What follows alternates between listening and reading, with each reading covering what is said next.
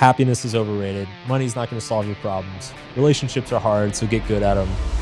Mark Manson is a New York Times bestselling author, blogger, and entrepreneur. Mark is a 3-time #1 New York Times bestselling author of The Subtle Art of Not Giving a Sold over 10 million copies and has been a huge success worldwide. What is your belief when it comes to the connection between money and happiness? I think money is often I'm Erika Kohlberg, and you're listening to the Erika Taught Me podcast. So you've talked about with some things in your life, realizing that you're in love with the result, but not the process. Can you take us through what that means? The most common example from my life that I talk about, I originally went to music school. All through my teenage years, I was very serious and dedicated about music. I practiced all the time and wanted to be a professional. And what music school taught me was that there's, it's easy to want the reward. It's not easy to want the cost.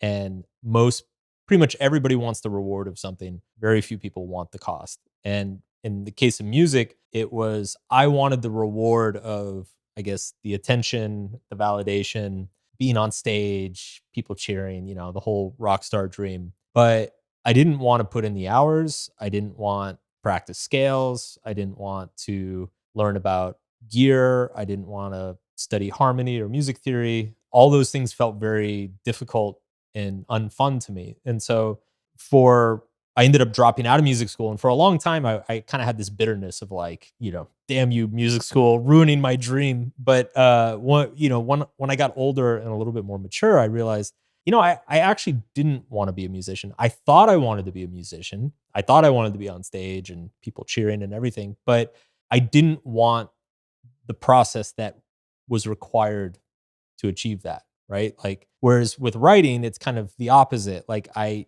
enjoy the cost. I enjoy sitting by myself in a room quietly, like rewriting a paragraph over and over and over again. Like that feels very natural to me. And there's something exciting about that challenge to me in a way that there was never any excitement with the challenge of practicing scales or runs or anything. One thing that I always kind of implore to people is that it's easy to want the reward, to like the reward. It's hard to like the struggle. And I think when most people ask themselves, like, what do I want to do with my life? Or what am I passionate about? They think about the rewards. They don't think about the struggle. Like you should be asking yourself, what is the struggle that I like? What is the struggle that I'm passionate about?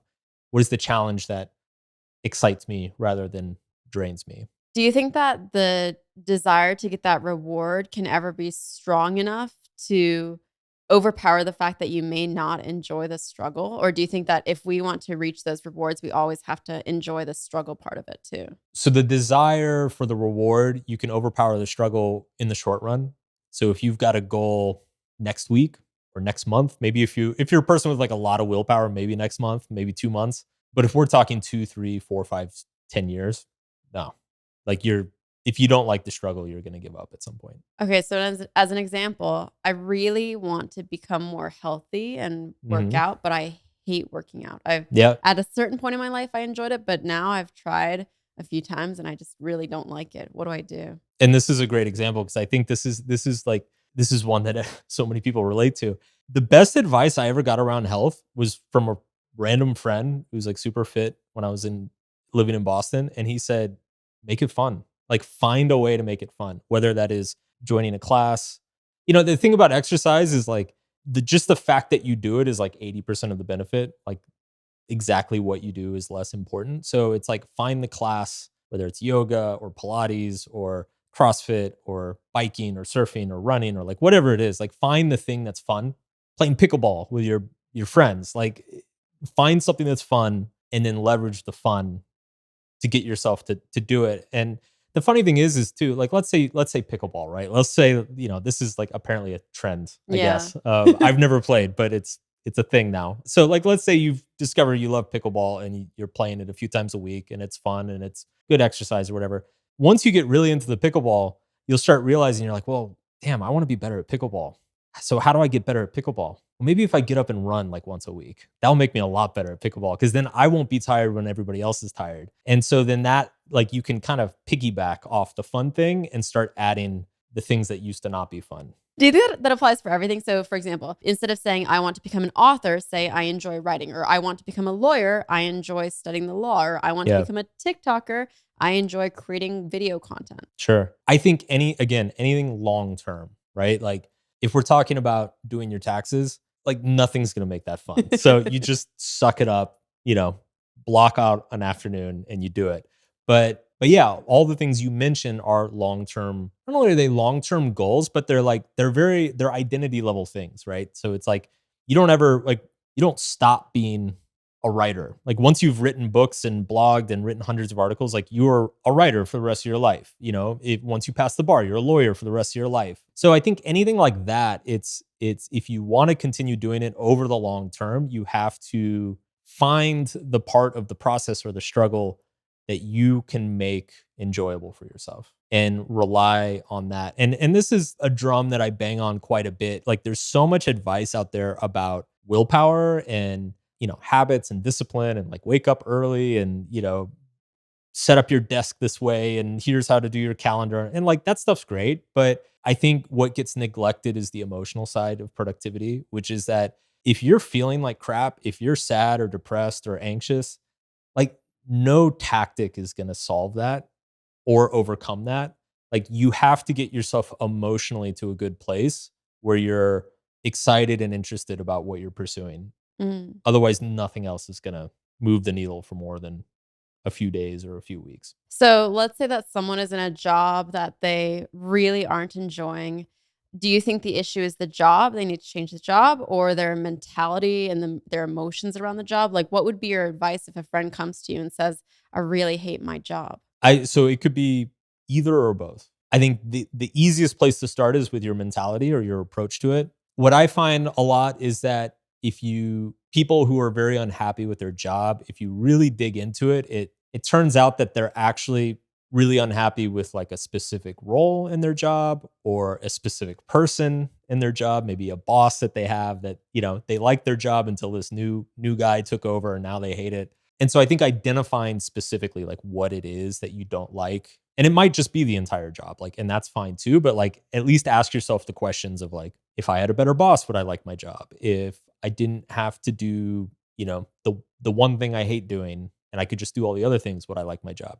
I do think there are some like mental reframes that you can do. I think a lot of people approach work with a very negative attitude, a very transactional attitude, which is not approaching anything in life transactionally is going to kill the joy of it, Mm. period. That's true for relationships. That's true for jobs. That's true for health. That's true for anything. So, be wary of like the attitude that you're bringing to it. But with all that said, yeah, sometimes, you thought you wanted to be a doctor, you become a doctor and you're like, wow, hate being a doctor. Like I want to go do something else. It happens. It's a very common thing. And it happens in all walks of life. So, Yeah. Maybe you can help explain this to me because I think as we're thinking about this process and result, what I do in terms of the social media, making videos online to help people, I enjoy the result a lot. I enjoy feeling like I'm impacting people. yeah. But if I'm being absolutely honest, like filming videos, talking to myself in my room, I don't really enjoy that process. Yeah. So is that a sign that I'm doing the wrong thing or is it okay to enjoy like I just I live for the comments of people saying, "Oh my gosh, this really helped me," or "I Yeah. applied this," or "I sent this to my mom." Like, but the filming itself, I could care less about. Yeah, I mean, well, so you love part of it, and then there's part that you don't. And I think, in your case, and by the way, I relate. Like, I enjoy, there are a lot of processes within, I guess our field of being like online creators that I love. And then there's parts that I don't. And setting up video and all the cameras and like all this, like that's a huge part of it. And so unloading that off to somebody else who does enjoy it is like the first and most obvious thing. But yeah, I mean, I wrote this article a number of years ago called Screw Finding Your Passion. But in it, I had a thing that like people loved and they like quoted and reposted a bunch, which was I said, even in your dream job, you're gonna be annoyed 20% of the time. Mm, Like there's no such thing as a job or anything, a relationship, an endeavor where you are happy all the time. Like your dream relationship, you're still sick of the person like 10% of the time. Like that's just life. Like there's no escaping it completely. So I think the goal here is not capital H happiness. It's more like, how do we get that ratio to a really good place where it's, 4 out of 5 days I'm really enjoying what I'm doing, or 3 out of 4 workouts I'm like getting to the end feeling good, not having to like, torture myself. Yeah. As you were saying, for the dream relationship, you still might dislike the person 10-20% of the time. My husband's in the background Yeah. nodding. And I'm like, what the heck? You're like, what? You're not supposed to agree with that. What do you think has caused kind of these unrealistic expectations that we grow up with of this dream job or the dream relationship, where we expect it to be 100% perfect? Therefore, when it is only 80 or 90% perfect, we feel a bit of disappointment, or maybe that it isn't the right fit. Yeah. I think it's a combination of two things. I think one is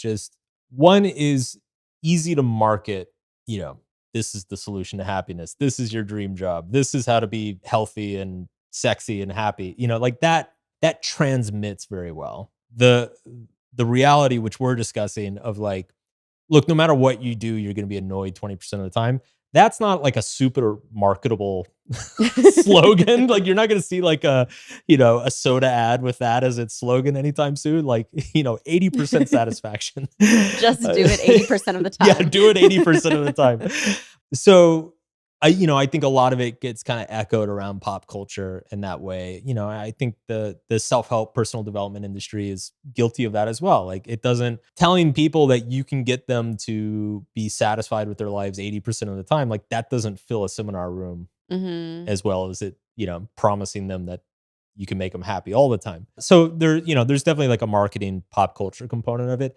I also just think like some of it is being young and naive. Like I think part of this, what I notice is the younger the person, the more they kind of just blindly subscribe to this assumption that like there's a dream job out there that they're going to be happy with all the time, or there's a soulmate out there they're going to be happy with all the time. What I notice is that once you start talking to people in their 40s and 50s and especially 60s and 70s, they're very aware of this. Like they're very aware, like, no, nobody puts up a perfect score. Like life is always just gonna suck sometimes. And that's just part of the deal. Do you think you feel that way? Like, is there a little bit of pessimism in you? Do you think you'll ever reach a point where you say, you guys will be happy 100% of the time? No, because it's dishonest. It really is. Like, I don't think, and I mentioned this briefly in Subtle Art, but like, I don't think being happy all the time is the most adaptable strategy in life, right? Like it's like if you think from an evolutionary perspective, if you have two creatures, one is happy all the time and is always optimistic and is like thinks everything is great and everything's going to go great, and then you have another creature who's a little bit paranoid, a little bit freaked out, like every rustle in the bush, they're like, "Oh my god, that's a tiger." Which one's going to survive longer?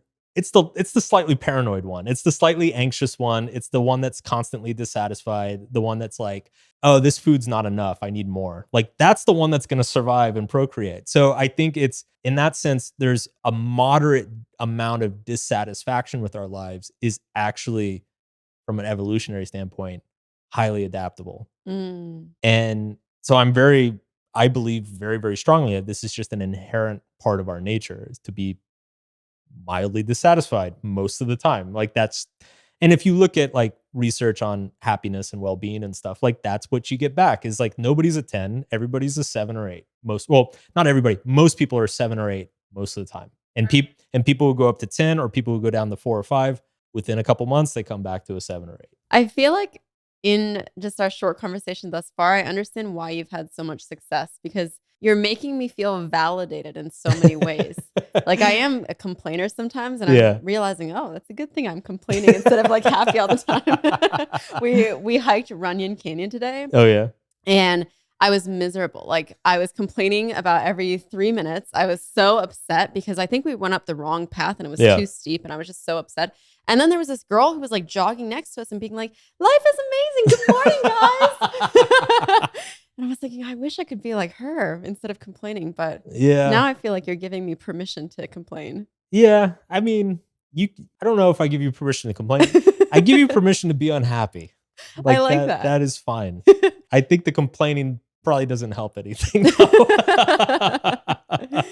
Okay, so this pursuit of happiness, Mhm. what do you think people are getting wrong when it comes to that? I think people are way too focused on the feeling of happiness. I think they should be more focused on spending their time well, doing things that are worth doing. There's a funny thing with like human emotions, which is that, and we've all experienced this, is like, let's say you're angry and you don't want to be angry anymore. Well, it just makes you more angry because you just get pissed off that you're pissed off, or if you're anxious and you don't want to be anxious, you just get anxious that you're being so anxious.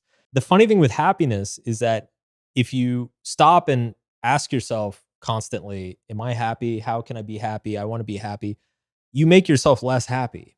And so it's one of the few things in life that putting more effort towards it or more focused attention towards it decreases the result. It's one of the few things in life that you actually, by just simply letting it go and not trying to control it, it happens more often. So I think a lot of people get very caught up in how they feel, which is fine. Emotions are important, but like you're gonna feel things all the time. Like you're gonna always be anxious or angry or happy or sad or whatever. Like life is always gonna put you in those situations.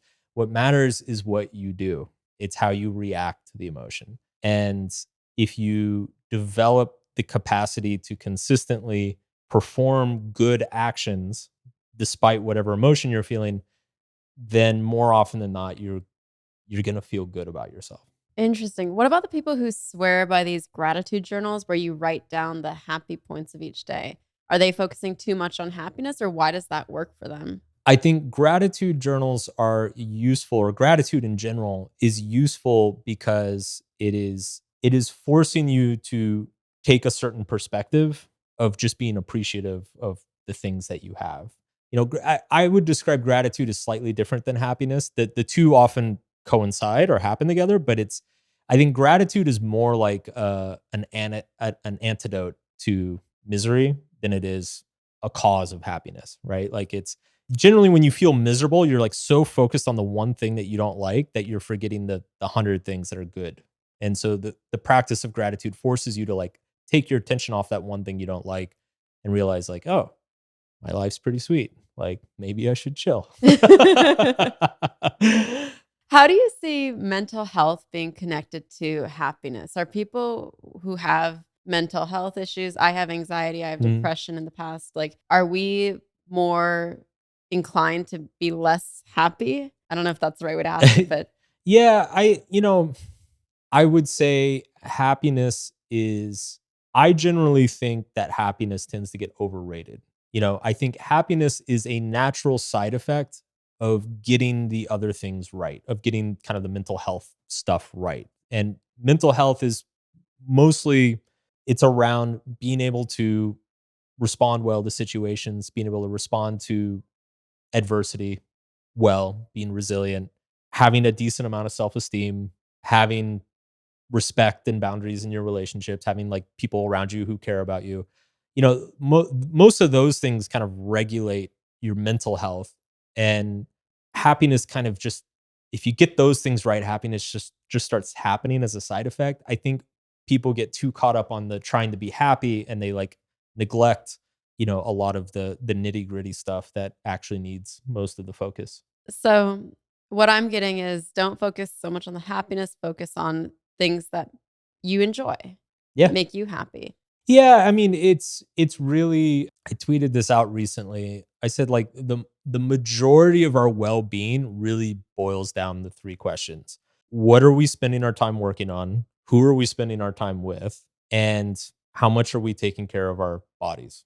And it's like if you can answer all three of those things somewhat decently, you're probably a happy person most of the time. Like all these other questions, these kind of philosophical questions or productivity questions, they're like window dressing. Like they're not the real thing. It's get a few good relationships in your life, work on a project that you care about and feels important to you, and don't treat your body like shit. And it's like, that's the 20 that drives 80% of happiness. For that second question, the who are we spending time with? I guess my question for you is who should we be spending time with? How do we find those good relationships and understand whether they are in fact good relationships? Oh man, that's like a whole podcast in and of itself. I guess the quick answer to that is we all need people who we deeply care about and who deeply care about us. And then B, and this is usually the harder thing to get, is who we respect and admire and who respect and admire us. The second part, the way I define an unhealthy relationship is people who who view relationships as power struggles, who see it as who are constantly trying to prove themselves as being worthy to the other person. And this happens, in parent-child relationships, it happens in romantic relationships, it happens in friendships. In all cases, that is what is toxic, is when one or both people are constantly trying to manipulate or control the affection or validation that they're getting from the other person. It's very similar to the happiness thing. It's like a healthy relationship is when both people are able to let go and be like, I trust you to have my interests in mind and treat me well. I'm not going to try to force you or control you into treating me well. And it's hard to find that. It's like there's a whole learning curve of having and maintaining healthy relationships. I mean, for those people, a certain percentage of people are very fortunate in that they grow up with parents who have very healthy and functional relationships and are good at relationships. And those people probably grow up knowing how to have healthy and functional relationships. But for the rest of us, we have to figure it out the hard way, which is, dumpster fire after dumpster fire of romantic relationships, usually, and a bunch of toxic friendships. So it's a long process for a lot of people, but ultimately in the long run, again, if you look at the research around happiness, well-being, life satisfaction, quantity and caliber of your close relationships is ultimately like the largest factor on all of those things. Besides seeing and identifying that there is some kind of power dynamic, are there any other red flags that people should be looking for in determining whether they're in a good relationship or a bad relationship? Another kind of heuristic to look at is what I call conditionality. So people who, if you're in a relationship, and again, it could be family, romantic, or friendship, who their affection or approval is conditional on you doing something or achieving something or saying the right thing or whatever. Yeah, it's not a healthy relationship. It's fundamentally because you're not free to be yourself. And if you're doing that to them, they're not free to be themselves. And so, and then as soon as manipulation enters into the picture, now you've got a power struggle and everything goes downhill. So healthy relationships are unconditional. It's you be who you are. You don't have to do anything to prove your worth to me. I appreciate you. I care about you. I love you. I like spending time with you, regardless of, whether you're happy or sad or got into the right school or make enough money or drive the right car or whatever. So that's another like very simple yes, no way to look at it. I'm thinking of my own childhood right now and thinking, obviously, my mom loved me unconditionally, but some things did seem conditional. Like Yeah. it was when I got good grades, she was very proud of me. When I did not, she was not happy about it. And Yeah. is that bad or is that okay parenting? Because obviously she challenged me to get to Yeah. a place of It's hard with kids because obviously you need to set conditions, make sure that they grow up and not, just like kill themselves doing something stupid. So you have to set boundaries and limits around children and create incentives for them. There is a fine line. I would say the healthy way to do it is you put conditions, you can set up conditions within a relationship. The love is unconditional. Mm. This is one thing, I get a lot of emails asking me about this. And I always say, like, in the context of romantic relationships, the romantic relationship is always conditional. Like, there are things my wife can do that, like, I will divorce her, like that's just a fact. And it should be that way. But my love and affection for her is unconditional. Like, she doesn't need to earn my love. She doesn't need to prove something to get my approval. And I think the same is true with like a parent-child relationship. Like, it's, your parent the love needs to be unconditional, but there needs to be conditions around approval activity behavior, so it's like if you get bad grades, then yeah, you know what? You don't go to Disneyland. Like that's how it works. I still Mm. love you, but go clean your room. Like so it's the conditionality is around the affection in the love that's toxic. How do you establish those conditions that you have in your friendships or your romantic relationships or with your parents or with your children? And then what do you do, or do you establish the punishment at the same time too, the consequence for not following those conditions? So yeah, so this is where we get in the boundaries, right? So it's if something is, and this is actually a very healthy thing. So let's say there's something that my wife does that bugs me or triggers me or makes me upset or whatever. And obviously, like, I don't want to be upset. She doesn't want me to be upset. And so what you do is you kind of explicitly state, hey, when you do that behavior, like it's very upsetting to me. Like it, triggers some old baggage of mine and I have trouble handling it.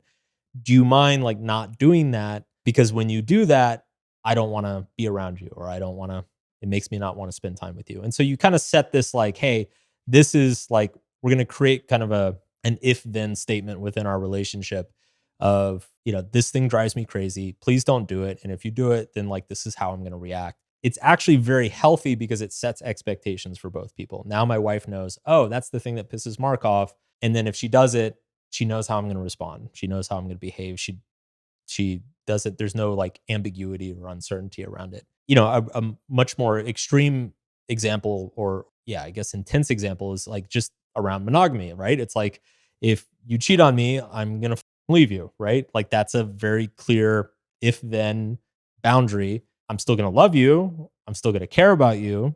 Like that's unconditional, but we've set these boundaries, we've set these expectations. And if you don't live up to them, then like we don't have a relationship anymore. And so I think a lot of people, generally people who are enmeshed in a lot of unhealthy relationships, they struggle to set boundaries because they don't like displeasing or potentially displeasing their partner. Like they don't want to create unnecessary drama or start a fight over something. But what they don't realize is that by setting that boundary, even though it's a very uncomfortable conversation and maybe you might fight a little bit about it, once that expectation is set, you're preventing like dozens of future fights. So it's like it's the one fight that prevents the next 20 fights.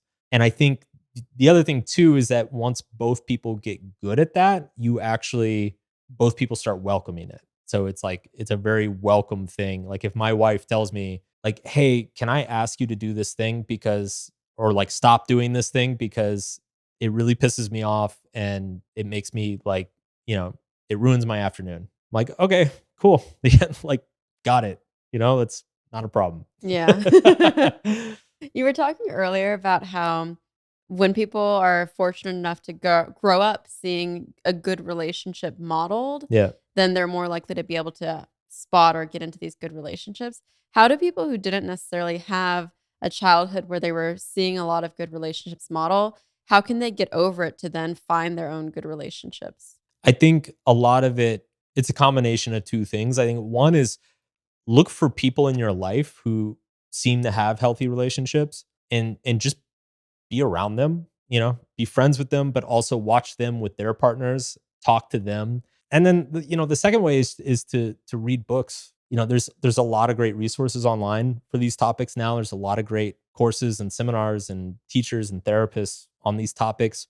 The other thing I will point out too is that typically pop culture is depicted horribly, horribly unhealthy relationship dynamics. Like every rom-com ever is exactly what you should not do and what you should not be attracted to. Like it's just completely, it's funny because like once I like studied all this stuff for a long time and learned all this stuff, I can't watch rom-coms anymore. I'm like, my God, he is gaslighting the shit out of her. And like she's violating his boundaries here and here and here. And wow, he is so codependent. Like it's just the whole movie's ruined for me. Talk about gaslighting, because I use that term, but someone didn't know what it was. Yeah, it's a little bit abstract, but it's basically like it's when you behave in such a way that triggers somebody else emotionally and then you act like they're crazy for getting emotional about it, right? So it's like let's say I just took your car after this interview and like took it for a joyride and then brought it back and you were like, "What the Mark? What are you doing?" And I'm like, "Well, what's the deal? Like, I thought we were buds. Why can't I take wow, you're like totally overreacting. What's your problem, Erica? Jeez. Like, okay, relax. Like it's just a car. My God, where it's like you're totally in the right. Like I just did something very inappropriate, completely like invaded your life and did something without your permission, but I'm acting like you're the weird one for being mad about it. Yeah. And that's what gaslighting is. It's like violating a boundary and then acting like you're a weirdo for being upset about the violated boundary. It's so common too. Like in It is. looking back at my past relationships, there's so many times I was gaslighted before I knew what that term was. Yeah. And now that I know what the term is, it's like that was gaslighting. What about for communication? I am also very blunt. However, my husband prefers a softer way of communication. So when I say things, they sometimes come off too aggressively. Sure. Just because I'm the lawyer in me is just like I want to say things as they are, and I don't like the process of having to think about words to sugarcoat certain things. Mhm. Does that mean I should improve or he should be better at taking my bluntness? I am sitting between both of you, right? I need to be careful what I say here. I think people have communication styles, and I think it's useful to understand those styles. It's almost like a form of translation. So in my opinion, my wife and I were both very blunt, but like she's Brazilian, so she's very fiery and emotional. And so she'll like on an emotional odometer, she'll go from 0 to 10 in like 2 seconds. And for many years, I was like, calm the down. But eventually, I don't know, it's you kind of learn to adapt. Like I'm like, okay, to me that's a 10, but to her that's a 5, And so now I need to interpret it as a 5, Mm. right? And I think every couple, especially once you've been together for a long time, you start learning those aspects of each other, and so he's probably like, okay, that was pretty blunt, but like, you know, that's just how she is. It doesn't mean she's being mean or, abrasive or whatever. And you just learn and understand after a while. It's like, okay, takes him a little bit longer to like land on the thing, but he gets there. So just give him the space to get there.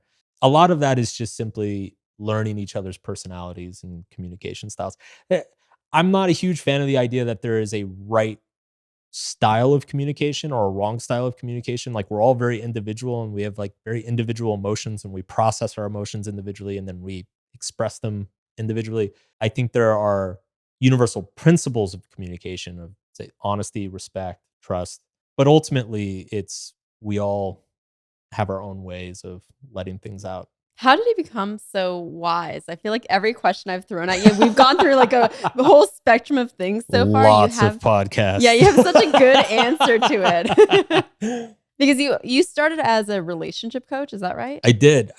And that happened completely on accident. I started blogging in 2007. I was 23, had just finished college, and I was blogging about my own dating life and some of the crazy situations I got myself into. And I developed a readership. And then readers started asking me for dating and relationship advice, and I started giving it. And at a certain point, I was like, oh shit, I think I have a job. Like I should probably do some research and like know what I'm talking about. But I've always been very fascinated with human psychology. I've always, read a lot of philosophy and psychology, read a lot of self-help when I was younger. So it's a subject like this. The subject area was always a passion of mine. And even though I went to college for a bunch of other stuff, it's that fun little hobby thing that I was doing that turned into the job. And that's how you knew that was the passion. I guess like I just kept following it, like I kind of, early on, I always thought I'm like, I'll do this for a few years. Again, I was 23, 24.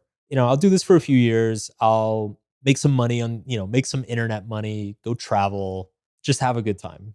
And a few years went by and it just kept growing, growing and growing.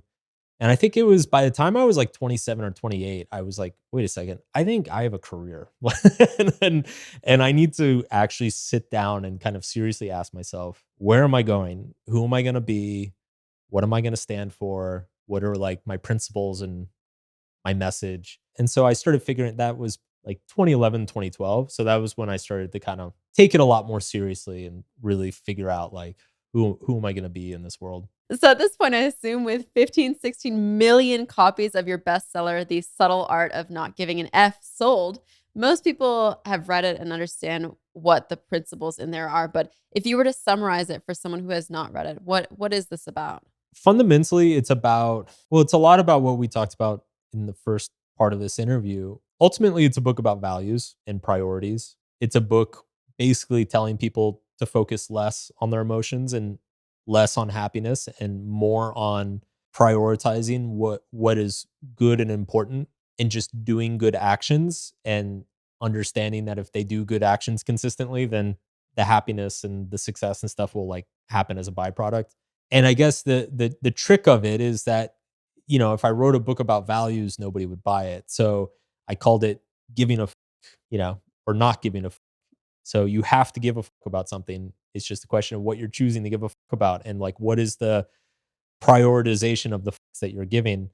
When you word it that way, I mean, you see, like it's just it works. Like people are suddenly open to it and like eat it up. So I'm very fortunate that I kind of stumbled upon this like silly phrasing that gets actually a very important philosophical concept across to people in a way that they can understand. What's the principle in there that the most number of people write you about and say, this changed my life because you told me this in the book? So one of the most popular parts of the book is what we opened up with, which is like finding the struggle that you enjoy. That's in there. The other one is I talk about responsibility about halfway through the book, and one of the things that I talk about is the advice that you should take responsibility for everything in your life is it's a very common piece of advice, but the most common resistance to that advice is like, well, bad things happen to good people. What if I've been screwed over? What if I've been something tragic has happened? That's not my fault. Why am I responsible for that? And so in one of the chapters, I kind of differentiate between fault and responsibility. I think we assume that fault and responsibility are the same thing. And I guess legally they often are the same thing. But from a personal psychological point of view, you can be responsible for a lot of things that are not your fault.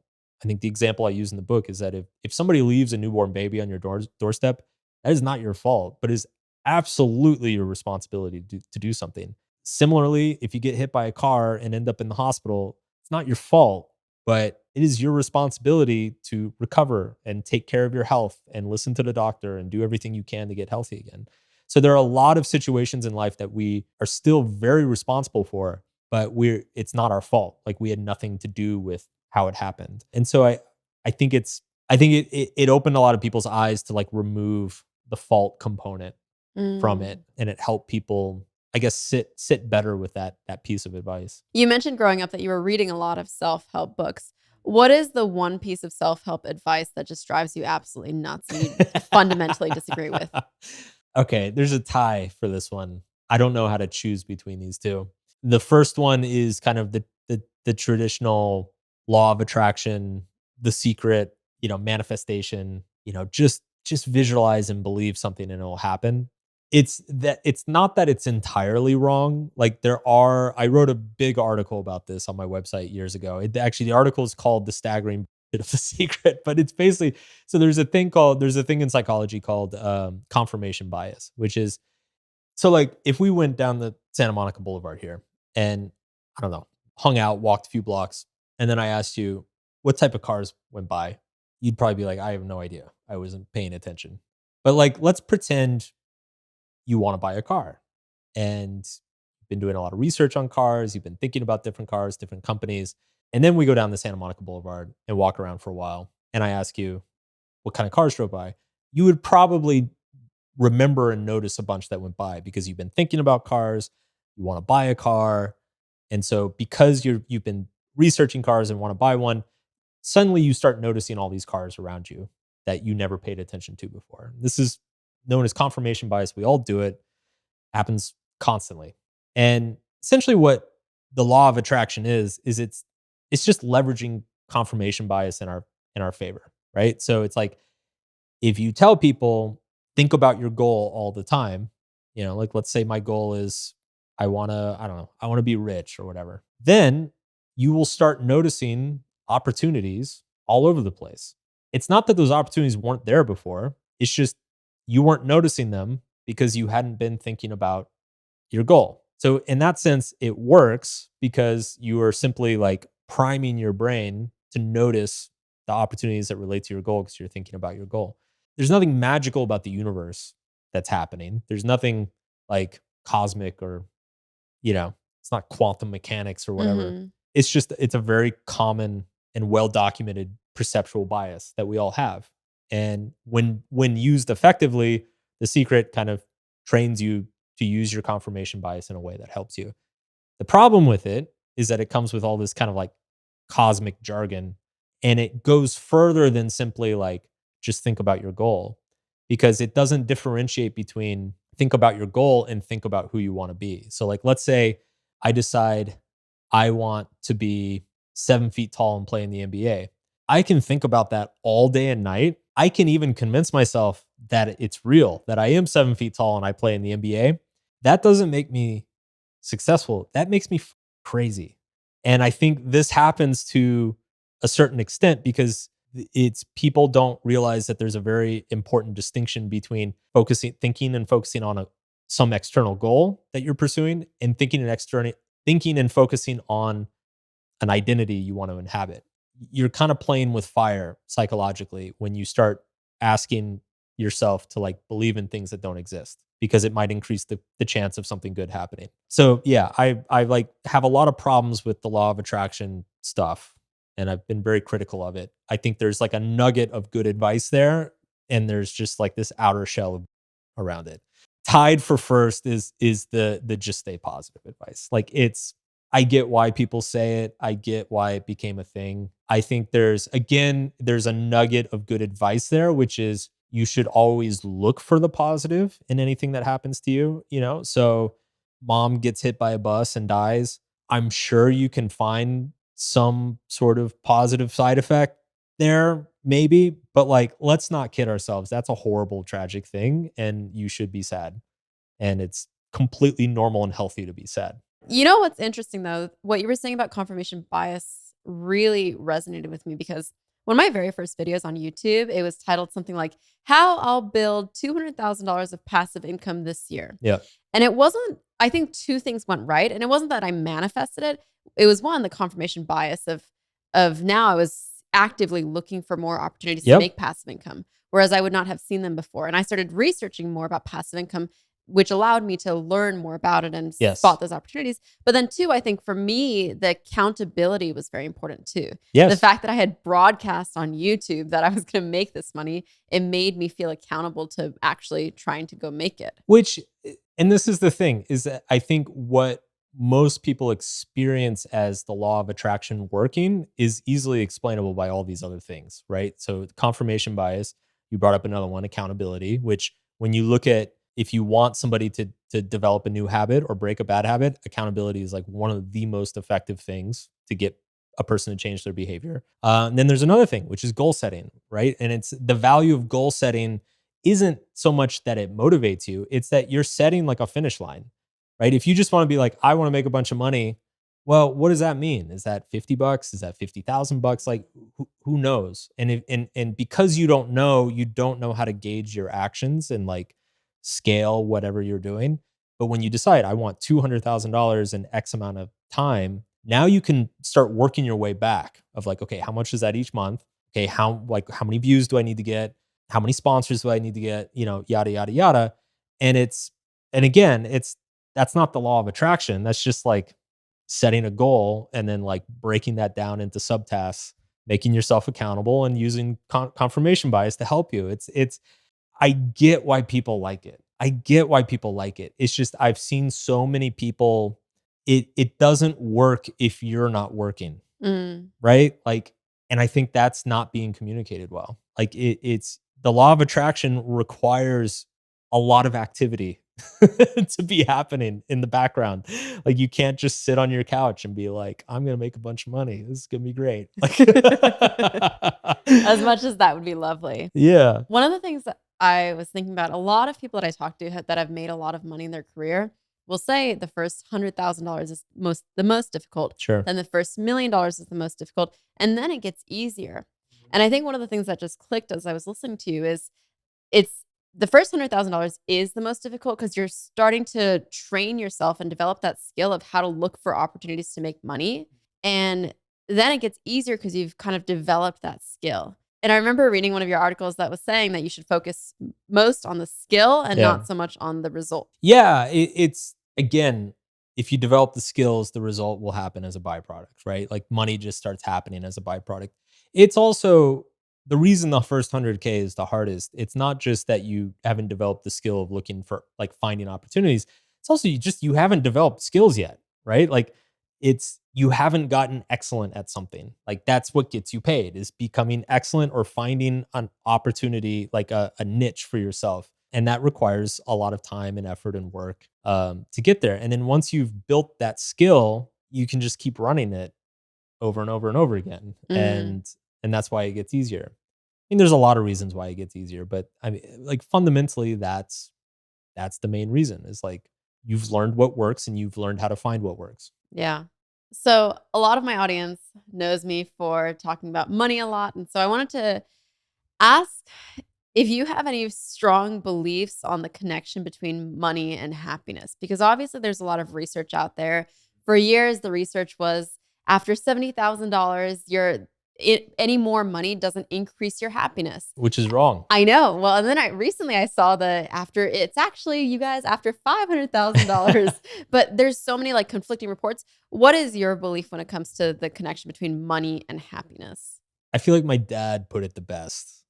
At least this is what I believe. He says money doesn't buy happiness, it buys away unhappiness, which is a very subtle distinction. Another way to think about it is that money doesn't necessarily make you happy, it buys you opportunities to be happy. So it gives you access to things. If you are the type of person who attitude and mentality just makes you a very miserable person, there's no amount of money that's going to fix that. But it helps. Absolutely. It is absolutely a huge thing. And I think the curve for most people, the significance of added money to their life, it's going to have a diminishing returns the more you get. And depending on the person and depending on their ambition or, their goals for themselves, like most people are going to probably hop off that curve around low six figures. Like it's just once you have all your basic needs met and you're living well and you're able to take cool trips and your kids are in a good school, I think most people find it hard. Like most people are going to find little added value to like pushing past that. But then there's like a small percentage of people who are just, psychos and just want as many zeros as possible. The money happiness correlation stops around that low six-figure mark, in your opinion? I don't think it stops. It definitely levels off, right? So it's like the gap, the difference between $1,000 a year and 10,000 is massive. Difference between say 10 and 100 is also massive. Difference between 100 and a million, it's significant, but it's not going to change that. It's not nearly as drastic as from 10 to 100. And then from a million to 10 million, it's like, I don't know what the difference is between those. Like, it doesn't really matter. So I think it does probably increase, but like it just levels off a lot. And that leveling off probably happens around six figures. I imagine like the optimal amount of money for happiness is probably low six figures somewhere. That would be my guess. Unless you just love working your ass off, which some people do. For money, I know we talked a lot about how you shouldn't be thinking about the result. You should be thinking about the process. Is it okay to say, I want to become rich or I want to make $1 million? Or should we figure out the process that we like to get there? I think it's totally fine to say I want to be rich or I want to be a millionaire or whatever. Just to be clear, I'm not against being results oriented at all. I just think there needs to be a weighting or prioritization towards process oriented goals versus, it's results oriented goals are fun. Like it's fun to hit a number. It's fun to hit 100,000 subscribers. It's fun to hit $1 million. Like that. Those are nice celebratory moments. And I think those moments are important. I don't think they're the point. The point is the process. The fun results based moments are just like the nice little side effects that you get to celebrate now and then. So to answer your question, I don't think there's anything wrong with having a goal of like, I want to be a millionaire. I think there are wrong reasons to have that goal. And I think there are, I don't want to say wrong reasons. I want to say unhealthy reasons to have that goal. And there are healthy reasons to have that goal. I think examples of unhealthy reasons to have that goal is I want to be a millionaire because then people will like me, or then they'll respect me, or then, my family will approve of me, or I can show, I can have power and dominate others or whatever. I think those are bad reasons to want to be a millionaire. Like that's probably not, if those are your reasons, then it's not really going to solve much for you. Mhm. Good reasons to want to be a millionaire is I want to build something that impacts people enough to justify making $1 million. I think it'd be fun to build something that earns $1 million. I would like to get good at a skill, so good at a skill that people are willing to pay me $1 million. Like I think those are healthy reasons to want to be a millionaire. Why do you think money can cause so much conflict? I mean, it's very known that one of the biggest reasons for divorce is money. What is the reason that money can create that conflict? I think money is often a very easy proxy for us to project our self-worth issues, especially for people who maybe grew up without much money. But it's like, let's be honest, there's a weird tension because how much you get paid in a sense is in one sense, not a total sense, but in one sense, it is how much the world is valuing you. And as humans, we all have these open questions of like, am I a worthy person? Is my life meaningful? And do I have value to others? Like these are all difficult questions that we all wrestle with. And so when the world is showing up and being like 30K for you, like it can fuck with you, right? And conversely, I mean, there are people on the opposite side of that where they do one thing and suddenly millions of dollars get dumped on them and they start wondering, why me? Why do I deserve this? Like they have intense imposter syndrome, right? Like, did I get lucky? Like, is this okay? So I think money is it's the easiest proxy of status and self-worth that we have. But it's not really accurate. And it's hard to like remind ourselves of that sometimes. If we shouldn't derive all of our self-worth from money and the amount of money we make or we have, where do you think we should be deriving our self-worth from? I think it's two things. This comes, it's funny because we're just going to keep coming back to the same 2, 3 things, right? That drives 80% of happiness. Drill it into their Yeah. heads. But it's get good at something, develop a skill set, become excellent, and it doesn't matter, like whether it's coding or plumbing or digital art, writing, marketing emails, whatever it is, pick something, get excellent at it. That process of working towards excellence builds a sense of self-esteem and self-worth. And as you get better at that, you will see that worth reflected in how the market values you. And so that's where a little bit of that connection between money and self-worth comes. But it shouldn't be about the money. It should be about getting excellent at something just because you love it, you care about it, it's important to you. The second thing is have good relationships. It's when there are people that you deeply care about and you see that they deeply care about you, it reminds you, I'm a worthy person, I'm a valuable person, people care about me, I matter in people's lives. And it's a fundamental human need. So again, it's like you nail those things, develop a skill set that's valuable and that you care about, develop relationships that you value, care about, don't treat your body like shit. Most of the rest of the stuff takes care of itself. The happiness takes care of itself. The money takes care of itself. The feeling loved takes care of itself. Like you don't have to chase those things directly. Do you think you mentioned before imposter syndrome? Does imposter syndrome get solved with those same things?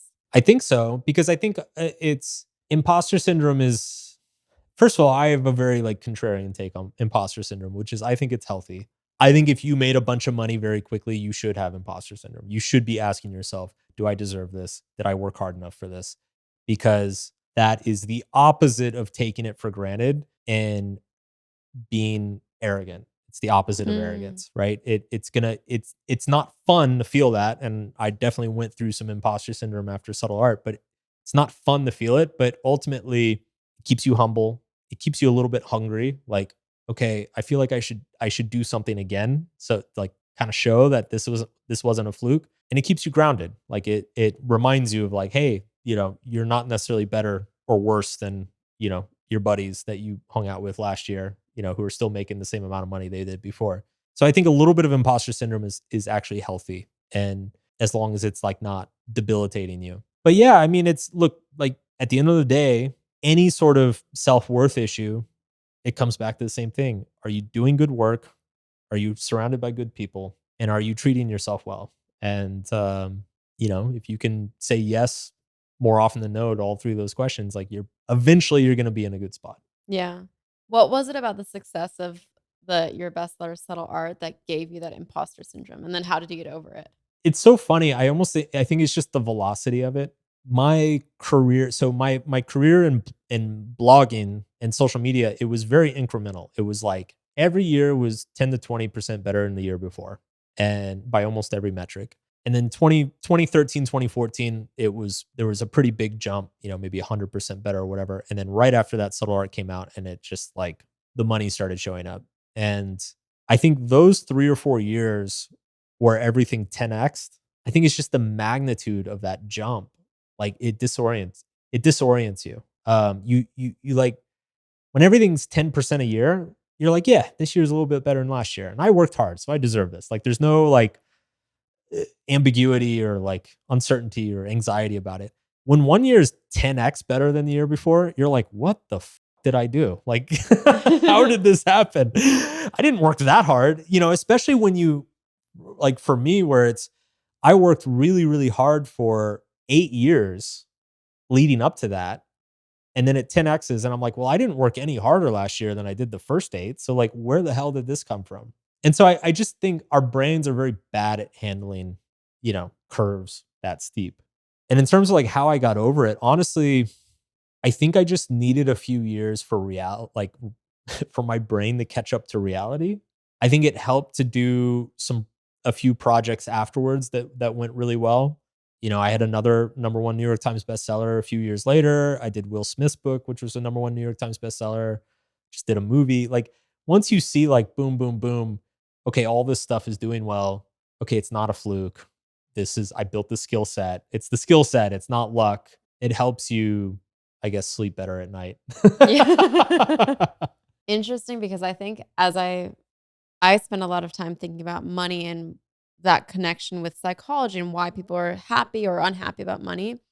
It is like the disconnect between expectations and reality that causes a lot of the unhappiness. And so, if you're at work and your expectation is that you should be getting a 20% raise, and then the reality is that you do not, you feel underappreciated. And it's always that gap. And I think the larger the gap is, the more it kind of throws you off. And for Yes. you, your expectation was that you were going to increase by 10% a year, that growth.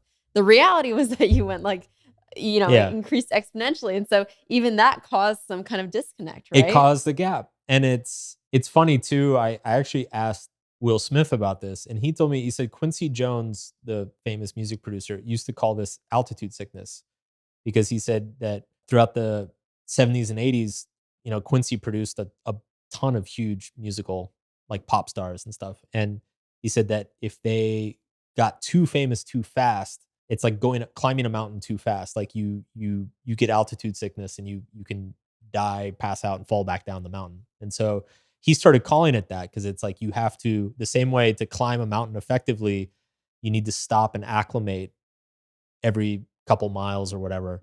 You need to do that. It's almost like the brain needs that with success and money too. Like you can't just go from 100K a year to 10 million a year. Like it scrambles you. I mean, it's like lottery winners, right? Like That's exactly what I was thinking yeah, about. like there's a reason why most of them go broke, and it's like they got a helicopter ride to the peak of the mountain, and they never learned to climb, and they never learned to, any of the skills or how to deal with the setbacks or the stress.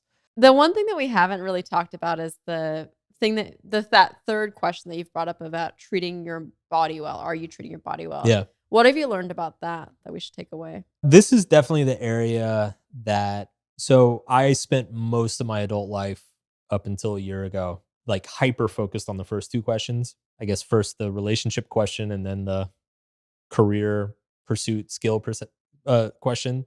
The physical health thing is something that and it's so funny because I feel like maybe it's more obvious to other people, but like I didn't really start thinking about my physical health until about a year ago. And I not only did I not think about it, but I really had bad lifestyle habits. Like I was a big partier in my 20s and early 30s. I lived in New York, so a lot of nights out, a lot of fine restaurants, a lot of bottles of wine. I traveled constantly for work. I was like never sleeping well. So yeah, I got really unhealthy in my mid 30s to the point that, I started having health scares and things started showing up in blood work and stuff that doctors were like, dude, you should Mm. maybe cut back on the wine. Um, so when I moved to LA, I really well, it was really during the pandemic I started focusing on it. But then when I moved to LA last year, I was like, okay, I'm gonna make this top priority for like the next 2 years, basically. Basically get myself to like the healthiest I've ever been and then try to maintain that going forward. And I feel like such an idiot. Like I've been writing about these topics for so long and I've been studying this stuff for so long. And as soon as I quit drinking, started exercising somewhat regularly, and spent more time outside, like slept better, like everything in my life got like 20% better. Like my energy got 20% better. My work got 20% better. I was in a better mood all the time. I was happier hanging out with friends. And I kind of had this moment maybe 6 months ago where I'm like, wow, I'm such an idiot. Like I know it's obvious. Like it's like a cliche how obvious it is, but I'm like, man, I've been writing and researching about well-being and happiness and emotional health for so many years, like over a decade.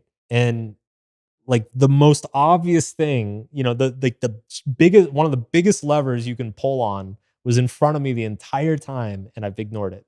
Mm. So I can't really overstate it, especially, once you get over 30 or over 40. Like it's impossible to overstate how important it is to like develop those habits and maintain them. So the health thing is so important. I feel like I too have just now started to realize how important it is. And I'm trying to do the hikes. I'm trying to Yeah. be a little better for my body. I imagine as a self-help expert, there's a lot of pressure on you to have everything in your life figured out. And you almost with your profession have to give that facade almost. Is there anything that you feel like you really have not yet figured out? Well, first of all, I try to nip that in the bud in all my work. I'm like very there's a reason if you read my books, it's all of the stories I share are my biggest mistakes, pains, tragedies, cups, because I realized very early on that if I start taking on that expectation of like I'm supposed to have this all figured out, not only am I going to disappoint people, but I'm going to drive myself insane because I'm not going to allow myself to be a messy, fallible human, which I am. So I take the alternate tack, which is I make a point to be extra open about all the dumb stuff I do. And which is why I've been talking about this health thing quite a bit. This has been the biggest weakness slash failure of mine, I would say, over like the last 5 or 6 years. I'd say the other thing that I've struggled a lot with or struggled with recently, I mean, we talked about the imposter syndrome, but there was kind of a phase after that where I just got inundated with all these opportunities and everything was so new and shiny and sexy that I just started saying yes to everything. And I mean, as as we both know, like that gets you into trouble is when you stop saying no to stuff. Like you're just giving yourself away all the time. And it's funny too because that's an issue that I thought I solved in early in my career. Like I did solve that early in my career. What I didn't account for is that when you jump up the mountain really quickly, there's a whole new set of opportunities that are very tempting to say yes to that you have to learn to say no. It's like each level you go up, you got to learn how to say no again. And I didn't realize that at the time. And so that's been another big lesson that it's there's like layers to this stuff. That's so relatable. I think I'm always scared of saying no to the wrong things, like Yeah. things that I should have said yes to. Yeah. But you have to because otherwise, I think when you reach a certain level, everyone wants to just take, take, take, Yeah. take from you. And if you allow them to by saying yes to everything, then soon there's very little left, Yeah. right? Yeah, and it's your ultimately your time and energy are the only real resources you have. Everything else is just an exchange of your time and energy. And I think the other thing that is hard is that you reach certain points, like once you've built up your career to a certain point, you start running into situations where an opportunity that the 25-year-old you would dream about, would fantasize about, is actually something you should say no to now. And that messes with your head too. And yeah, so there was a lot of struggle with that over the past couple years, and then the health thing. But it's so funny too, and this is a little bit of a tangent, but like moving to LA like really helped with both of those things. I think we underestimate the power of our context or environment. And there's something about starting over in a new physical location that kind of forces you to assess all the other things in your life and say, like, do I want to keep doing that? Yes or no? Hmm, actually, no. And Yeah. so there were a lot of surprises that way too. My dad was in the military growing up, so I moved around every 3 years. And now if I live in somewhere longer than 3 years, I just get this itch to move. And I think I like it because it's just a new start and you Yeah. get to form new relationships and it's also out of your comfort zone. I don't like the feeling of being too comfortable anywhere. Yeah. I've been living this very transient life, so it's just like I love the feeling of being somewhere new and plopped in and you have no friends and you have to go make friends and you Yeah. have to like establish connections there. I really like that. Yeah. I see why LA was good for you. If you were to write a letter to your 18-year-old self now, what would you write in it? The harder question is there anything I could say that my 18-year-old self would actually listen to? This question is always so hard because, ultimately it's like, and I hate it when people give this answer too, but I'm going to start with this answer, which is it's hard because so many of the failures and mistakes, even though they hurt, like they brought me here. So it's hard to warn too much against certain things. I guess what I would say to my 18-year-old self is I was very socially anxious when I was as a teenager, and I would tell him that people are not paying attention to you nearly as much as you think they are. It doesn't matter. And I'd probably tell him to trust himself a little bit more. I definitely struggled with a lot of self-esteem issues when I was younger, and I think I underestimated myself for a long time. I actually think it's funny, like you said when you started, like you set this extremely ambitious goal publicly. Like that is something I never would have done when I started out. Like I have a history of like expecting too little of myself. Mm. I probably should have been expecting more. When I started blogging and I started getting an audience, I probably should have set more ambitious goals than I did. My goal was just like go live in Thailand for 6 months, like I was like, sweet, I did it. Whereas I think if I had been aiming higher, I could have done a lot more quicker. But yeah, I'd say people aren't paying attention to you as much as you think they are, and shoot higher than you think you can. I think that's really good. I also realized what you were saying with advice is so true. It doesn't really matter. I've had so many people give me advice in my life that looking back was really good advice that I wish I would have applied, but it was just the wrong Wrong timing. time. I wasn't ready to accept that. And I imagine in the self help world too, it's not just about picking up your books, it's about picking them up at the right time where it would be applicable to your life in a very actionable way. Yeah. You know?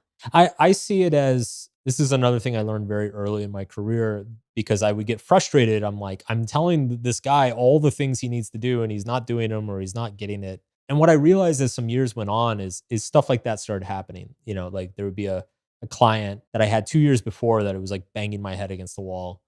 And then 2 years later, I get an email and he was like, "Hey man, you were right about everything. Like it took me a year to like digest it and then go do it." And so now I really think about it of like what I do. I'm not trying to get people to like change anything. It's like I'm just like throwing out seeds, and a lot of those seeds aren't going to find fertile ground, but a lot of them will. And some of them will sprout very quickly, and some of them will sprout a year, 2 years, 5 years, 10 years from now. And that's fine too. It's actually kind of none of my business, like how or when my advice is taken. It's like, it's just my job just to throw the seeds out. I love that. So we have a little closing tradition. The podcast is called Erika Taught Me, but really today is all about Mark taught me. So what do you want people to be able to walk away from the podcast saying, Mark taught me this? I guess the three questions drive most of your results in anything. What people are you around?